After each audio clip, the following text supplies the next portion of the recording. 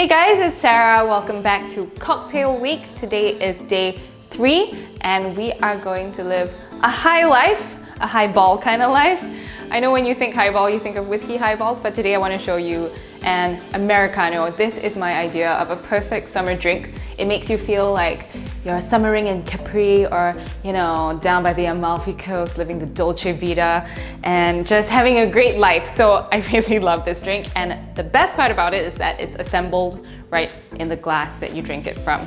So we've got a nice glass and I'm gonna fill it with some ice. So everyone knows a Negroni. It's a very popular drink these days, but the Negroni is actually the grandchild of the Americano. It has the same 2 ingredients minus the gin. How the Negroni was invented, I hear, is that someone ordered Americano without soda but with gin instead, which is like a very hardcore thing to do. It's like, hey, give me a whiskey highball, but instead of the soda, give me more whiskey. I just feel like this person needs to like take it down a notch, but thank you for inventing the Negroni.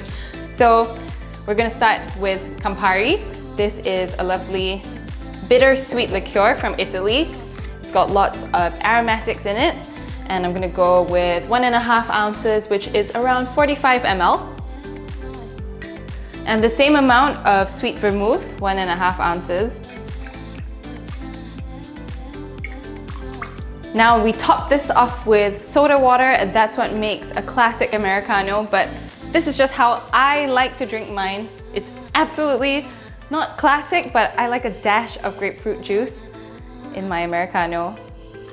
Probably just a teaspoon or so. I just love the added bit of bitterness that it gives this drink. Now we top this off with soda water, and it should be around 2.5 ounces, which works out to be around 75 milliliters. Hold on a sec. This is something that my bartender friend taught me. Instead of stirring the drink, you want to very carefully slide your bar spoon in, pick the ice up from the bottom, lift it up, and let it go. So instead of stirring, which really kind of breaks up the bubbles and makes this flat, which you do not want, you just gently incorporate the whole thing. Now a final garnish. Just a little grapefruit wedge in there. And this is something I really wanted to show you because I think people think of whiskey highballs. Maybe you're used to shoju highballs, but to me this is a beautiful, chill drink that you can just have on a Sunday afternoon, Monday afternoon, whatever.